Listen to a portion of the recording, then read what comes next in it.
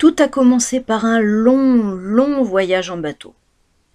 Ma mère m'avait dit « Gisèle, nous allons rejoindre ton père en Afrique. » Je ne connaissais pas mon père. Il était parti lorsque j'étais encore toute petite. Il ne pouvait pas rester longtemps au même endroit. Il aimait découvrir des mondes nouveaux, extraordinaires. C'était un grand navigateur. Maintenant, je naviguais moi aussi. Mais comme c'était loin l'Afrique... Un matin, ma mère m'a emmenée sur le pont du bateau. Elle était plus gaie que d'habitude. Elle m'a prise dans ses bras. « Regarde, Gisèle, nous arrivons !» Sous un soleil déjà brûlant, le bateau entrait dans le port de Djibouti. Un homme nous attendait sur le quai. Il ressemblait presque à un Africain avec sa peau brune, son turban sur la tête et son torse nu.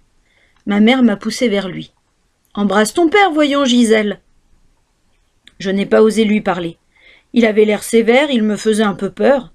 Il a dit à ma mère « J'espère que la petite sait se tenir tranquille en bateau, car nous allons bientôt repartir. » Le soir même, il nous embarquait sur son grand voilier. Nous allions à Obok. C'était un village de pêcheurs perdu sur une côte desséchée comme du pain grillé. À l'aube, le voilier s'est immobilisé dans une baie et des pirogues nous ont amenés jusqu'au rivage. Les gens du pays saluaient mon père et l'appelaient Abdelhaï.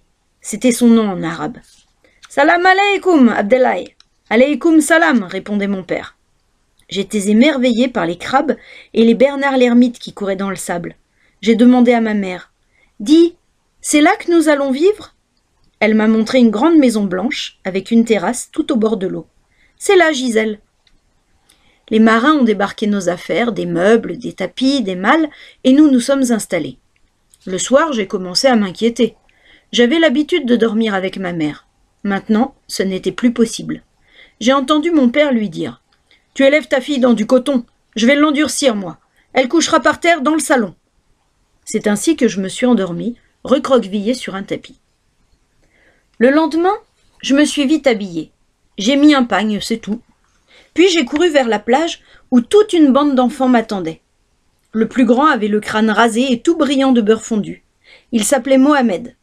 Il a touché mes cheveux blonds et il s'est mis à rire. « Tu es drôle, on dirait que tu as une tête de paille. » Les autres ont repris en chœur. « Tête de paille, tête de paille !»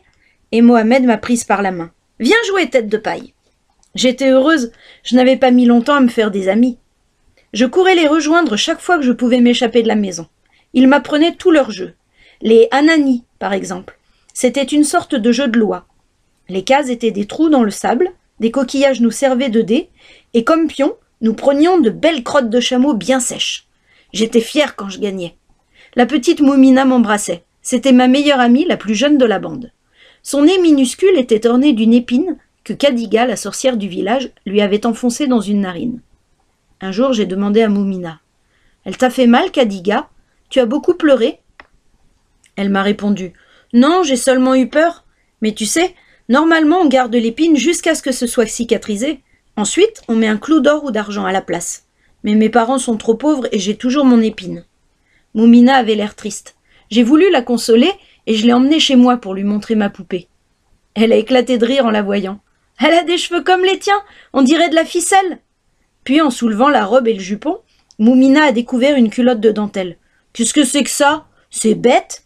Viens, je vais te montrer mes poupées à moi. J'en ai beaucoup, elles sont bien plus jolies. » J'étais vexée, mais je voulais quand même voir les poupées de Moumina. Elles étaient faites avec un os de mouton, une touffe d'algues pour les cheveux et une baguette placée en travers pour les bras. Cette fois, c'est moi qui riais. Nous sommes repartis en courant vers la plage pour patauger au bord de l'eau avec toute la bande. « Fais attention où tu poses les pieds !» m'a dit Moumina. Les flaques étaient pleines d'oursins venimeux. Il fallait savoir les deviner dans les rochers. J'étais toute absorbée dans la recherche des oursins quand mes parents sont arrivés. La voix de mon père m'a fait sursauter. « Te voilà ? Combien de fois faudra-t-il te répéter que tu ne dois pas quitter la maison sans dire où tu vas ?» Je m'apprêtais à recevoir une fessée, mais mon père m'a demandé « Est-ce que tu sais nager au moins ?» C'est ma mère qui a répondu « Mais non, elle est bien trop jeune. »« Jeanne, c'est le meilleur moment pour apprendre, au contraire, tu vas voir. » Il m'a prise sous son bras, il a bondi sur un rocher et il m'a jetée dans l'eau profonde. J'ai coulé à pic. J'ai senti que je touchais le fond de la mer et je suis remontée comme un bouchon à la surface. Je me croyais sauvée, mais je n'ai eu que le temps de reprendre ma respiration. Déjà, mon père me refaisait plonger. Il a recommencé plusieurs fois. À la fin, j'étais épuisée, je crachais, je m'étranglais, mais je réussissais à me maintenir à la surface et à nageoter comme un petit chien. Mon père triomphait.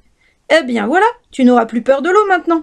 Tu sais nager, Gisèle. » Il s'est tourné vers ma mère. « Au moins, elle ne pourra pas se noyer pendant mon absence, ça me rassure. » Son absence, il allait donc repartir. Depuis quelques jours, je sentais que ça devait arriver. Il s'affairait avec ses marins autour de son voilier. Il réparait la coque, il chargeait des provisions. Il y avait une grande animation sur la plage. Un matin, j'ai suivi des yeux la voile du bateau qui s'éloignait doucement vers le fond de l'horizon. Avant de s'en aller, mon père avait dit à ma mère « Tu ne seras pas seule. China, le cuisinier, et Odeni, le gardien, t'aideront dans la maison et ils te protégeront. Tu auras seulement à surveiller Gisèle. » Mais comme je ne craignais plus les fessées de mon père, je m'échappais sans arrêt. Ma mère a fini par trouver une solution pour me surveiller. Un jour, un marchand a débarqué à Obock avec un tas de bijoux à vendre. Parmi eux, il y avait des anneaux pour les chevilles, entourés de petits grelots qui tintaient gaiement. Ma mère les a tout de suite remarqués. « Voilà ce qu'il te faut, Gisèle, avec ça je serai tranquille. » Aussitôt après, je me suis retrouvée avec les anneaux aux pieds. D'abord, j'étais ravie de marcher en faisant autant de bruit qu'un troupeau de chèvres. Mais ma mère a demandé au marchand. « Elle ne risque pas de les perdre ?»« Aucun danger, madame. J'ai bloqué la fermeture. Elle ne pourra même pas les enlever. » Alors j'ai compris que j'étais prise au piège. Je ne pouvais plus quitter discrètement la maison. Partout où j'allais, les grelots signalaient ma présence. Les enfants me montraient du doigt. « Mais la chèvre !» Mohamed était le seul à ne pas se moquer de moi, et je l'aimais encore plus qu'avant. Je le considérais comme un grand frère. J'ai vite trouvé une astuce pour aller le rejoindre sur la plage sans que personne s'en aperçoive. Je sortais de la maison sans bruit, courbée en retenant dans mes mains les grelots de mes chevilles. Ma mère m'a vu un jour dans cette curieuse position, et elle a eu pitié de moi. Elle a enlevé mes anneaux. Mais un peu plus tard, elle a bien regretté de m'avoir rendu ma liberté. C'était une fin d'après-midi. J'avais rejoint mes amis sur la plage. Ils étaient tous accroupis autour des braises d'un grand feu. « Tu as faim, tête de paille ?» m'a demandé Mohamed. « Regarde ce que nous faisons cuire. » C'était de beaux coquillages dentelés, des strombes. Quel festin! Chacun a eu une part égale distribuée par les plus âgés de la bande. Puis les enfants sont rentrés chez eux et je suis restée seule. Comme il faisait encore jour, j'ai décidé de me baigner. La mer était douce à cette heure. J'ai nagé jusqu'à une barque et je suis montée dedans. De là, j'ai aperçu ma mère sur la terrasse de notre maison. Je lui ai fait de grands signes. « Maman, maman, regarde comme j'ai nagé loin !» Et fière de mon exploit, j'ai plongé pour la rejoindre. C'est alors que j'ai senti quelque chose de mystérieux qui me soulevait. Tout près de moi, des ombres glissaient dans l'eau. Il n'y avait pas de doute, c'étaient des requins. J'étais prise de panique. Je me suis mise à nager de manière désordonnée en me débattant et en criant « Au secours !» J'avalais en même temps de grandes gorgées d'eau salée. Au loin, ma mère criait aussi « Au secours, China, Odeni, au secours, les requins !» Je gesticulais autant que je pouvais. Je savais que les requins n'attaquent pas une proie qui remue. Ils préfèrent attendre le premier signe de fatigue pour arracher un bras ou une jambe. L'un d'eux m'a frôlé de près. J'étais à bout de force. Je luttais pour nager, mais je n'avançais plus. Alors j'ai pensé que jamais je n'atteindrais le rivage. Quand j'ai rouvert les yeux, j'étais couchée sur le sable et ma mère caressait mes cheveux et me souriait. « Tu n'es pas blessée, ma Gisèle, tu n'as rien. C'est une chance incroyable. Heureusement qu'Odeni m'a entendu. Il s'est jeté à l'eau et il t'a ramené. C'est lui qui t'a sauvé la vie. » À ce moment, j'ai entendu des rires et des exclamations et j'ai réalisé que tous les gens du village m'entouraient. Mais qu'est-ce qui les amusait tant? Dans la bataille avec les requins, j'avais perdu mon pagne. Après cette aventure, ma mère s'inquiétait toujours pour moi, sauf quand j'étais avec Mohamed. Il était grand et raisonnable, elle avait confiance en lui. Un jour, elle m'a même permis de l'accompagner à la palmeraie qui se trouvait à 3 kilomètres de la maison. Mohamed devait y aller pour chercher des légumes. « Vous me rapporterez du lait et du persil, a dit ma mère, mais surtout rentrez avant la nuit. » Malheureusement, à la palmeraie, les chèvres n'étaient pas encore traites. Il a fallu attendre. Quand nous avons pris le chemin du retour, le jour baissait déjà. La nuit est tombée tout d'un coup, au moment où nous traversions une rivière asséchée. Nous avons commencé à avoir peur et à marcher aussi vite que possible. Soudain, des ombres effrayantes ont surgi d'un ravin. Elles s'agitaient autour de nous. J'ai demandé à Mohamed. « Qu'est-ce que c'est? Des chiens? Des lions ou bien des djinns ?» Un djinn, c'est un peu comme un mauvais génie. Mohamed ne m'a pas répondu. Il m'a prise par la main et il s'est mis à courir comme un fou.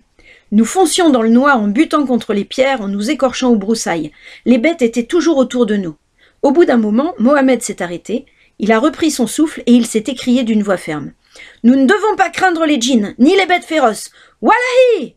J'ai répété avec lui ce cri de guerre. « Wallahi! Wallahi !» Nous sommes repartis en chantant bien fort. Les bêtes semblaient impressionnées et s'éloignaient peu à peu. Quand nous sommes enfin arrivés, nos mères étaient très en colère. Sans nous laisser le temps de nous expliquer, elles nous ont punis pour notre retard. Au lit et sans manger! Dans la nuit, j'ai entendu des hurlements. Les bêtes rôdaient près de la maison. Et le matin, ma mère m'a dit « Je n'ai pas fermé l'œil. Les chacals sont sortis du désert à cause de la sécheresse. Ils sont venus chercher des proies autour des habitations. Quand je pense qu'hier soir, avec Mohamed, vous auriez pu les rencontrer sur la route. » C'étaient donc des chacals qui nous avaient suivis. Je n'ai jamais osé dire à ma mère que nous les avions rencontrés. Peu de temps après, un danger bien plus terrible nous menaça. Une épidémie de choléra. C'est une maladie très grave et très contagieuse. Je n'avais absolument pas le droit de sortir de la maison. Odénie m'apportait de mauvaises nouvelles. Mes camarades tombaient malades les uns après les autres. Odénie disait « Les entrailles des enfants se tordent comme un serpent de mer jusqu'à ce que la mort les emporte. » C'est Moumina, ma chère petite Moumina, qui est morte la première.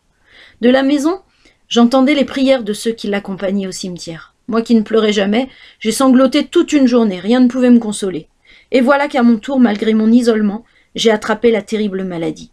Un matin, je suis tombée sans connaissance.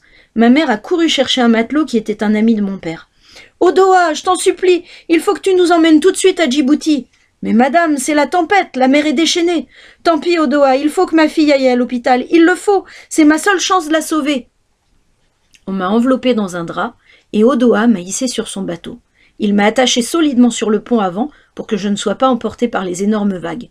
Nous avons été secoués, inondés pendant 1 jour et une nuit. Mais nous sommes quand même arrivés à Djibouti. Odoa s'est penché sur ma mère. « Madame, Dieu a préservé ton enfant, elle vit, je te le jure !» C'était vrai. Après ce voyage épouvantable, j'étais trempée d'eau de mer, mais je me sentais mieux. Bien plus tard, un médecin m'a expliqué que c'était ces douches forcées qui m'avaient sauvée du choléra. Mais il fallait tout de même que je fasse un séjour à l'hôpital de Djibouti. Je m'ennuyais dans ma chambre. Il n'y avait pas de lézards qui couraient au plafond comme dans la maison d'Obok. Et puis je mourais de faim.